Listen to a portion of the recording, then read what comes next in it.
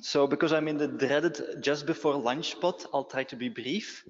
So I'm going to talk a bit about unsupervised TCR based grouping or clustering for epitope preference. Now, specifically, what we're trying to work on is actually TCR sense making. So if you see this sequence that I put up here, what we want to actually understand is what does this sequence do? What can we learn from it? Is it important for any kind of disease? And more specifically, typically what we're wondering is what kind of epitope is this TCR sequence targeting? Now, there are a few ways that we can tackle this, and I'm just briefly going to show you one way that is a bit unrelated to this talk, but we do have a poster on this.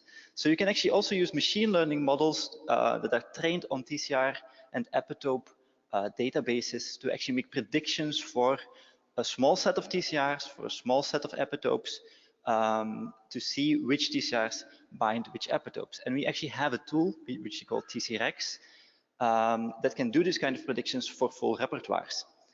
If you're interested in this tool, we actually have a poster on this, another poster on this, 109, also during this lunch session.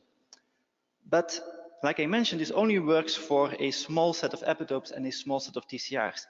Typically, we have a lot more TCRs, and of course, there's almost a huge space of this of epitope space. So if we change the question a bit, like, can we describe if two TCRs bind the same epitope, even if it's an unknown epitope that we might not know anything about? Now, typically, the common practice to do this would be to look at like something like the Levenshtein distance or the Hamming distance, where you just take a one added cutoff, and that you would kind of assume that, yeah, these things are similar enough that I kind of expect them to bind the same thing. But then this study kind of came up, and we were wondering, like, is this the best way to go about this? Is it like the Levenshtein one added distance the best cutoff that we could use? Is even the Levenshtein distance the best distance to use? So essentially, we're kind of working on this problem. So where we have this TCR sequence that I showed you in the beginning, and we have these other ones. So typically, if you just take a Levenshtein distance of 1, this would be, we would include this one here, with just a single amino acid change. But if you consider this one, which is also quite similar, is this also something that we can expect to bind the same epitope, or is this sufficiently enough different that we don't expect it to bind the same epitope anymore? And once you get to this point, like, okay, this is completely different. This is a different V gene, J gene. There's so many different amino acids. The length might have even changed. Like, at some point, we need to define a cutoff. And what is the most proper cutoff to use? So what we did is we actually downloaded a bunch of data sets. We analyzed like the VGGB. We downloaded some big tetramer studies and so on. And we actually evaluated a bunch of different distance measures. So things like the Levenshtein, but also we encoded a few new ones based on some of the publications that had been released in a number of years. Because first of all, we have our own paper where we actually study T cells based on physicochemical properties. So maybe we need to be looking at the profiles between the physicochemical properties. There's also, of course, the Glanville paper where they did with the glyph algorithm, and this is based on trimer overlaps. So maybe we should be looking at individual trimers, and that might be a better way to do it. Or you have the TCR dist method with the DASH paper where they're kind of doing this sequence alignment with a single gap. Maybe that is the best way to do this. So to not leave you kind of waiting for too long, essentially what we found is that despite the fact that you can make a lot more complicated methods, Levenshtein distance actually works quite well. And it actually works as good as some of the more complex methods that we tried. And our models actually also showed that a Levenshtein distance of 1 is actually one of the better cutoffs to use. So this is great news for everyone who has been using Levenshtein distance or Hamming distance of 1. So one of the problems, however, is that while it is good and it is able to cluster some TCRs binding the same epitope, there is no single method which was actually able to cluster all of the TCRs in a single group that all bind the same epitopes. So I'm not going to go too into detail on these results here, but basically this means that if we're looking at like more of an abstract representation of what this TCR epitope space kind of looks like, you get a bit of a viewpoint like this. So in this case, every little shape here is a single TCR sequence, and the color and the shape is actually referring to the epitope that is being targeted. So if you consider these yellow ones, so these are all binding a theoretical yellow epitope. And independent of any distance measure that we use, we always found the same thing. There were tight-knit groups of TCRs that all bound this yellow epitope, but they were spread out all across the TCR space.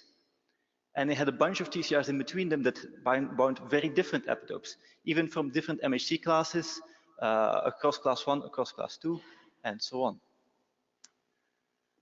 So this was, yeah, quite an interesting finding, but at least we're confident now that we can actually use this Liebenstein or Hamming distance cutoff of 1 as the best case based on the data that we have now.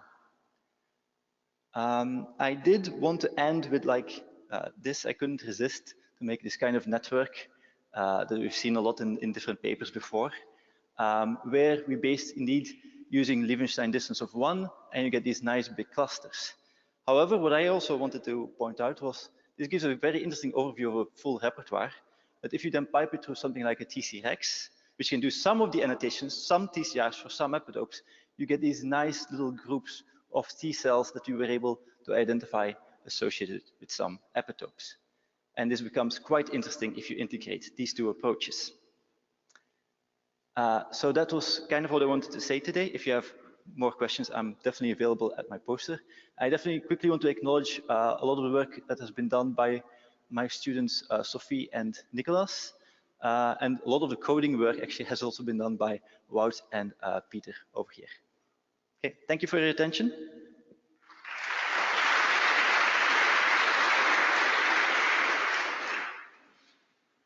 Thank you. You guys are really good with the time.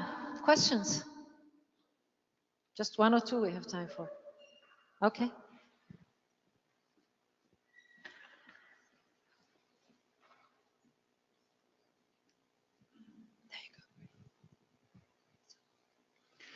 Have you tried extending any of this to any of like the recent work in doing the embedding of amino acid sequences, like using like autoencoders and stuff like that? What do you mean by submitting? No, extending. So the distance metrics are basically computing distances on sequences. But what about if you first encode all of the sequences into some space, the way that like Sai described earlier this morning, and then compute distances in those spaces? This is something that we considered, but we kind of wanted to see what basic approaches, how they would do. We've looked at more complex approaches, but then you kind of get into a problem quite quickly that while they work differently, let's say, the computation time increases enormously. It becomes a lot more trouble to do full repertoire analysis and this sort of thing quite quickly. So we kind of stayed away from that, at least in this study for now.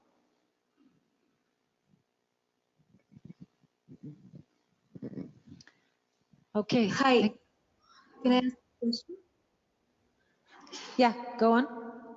Yeah, I was wondering, have you worked with shared epitopes, and if so, what are the features that could probably be, binding this?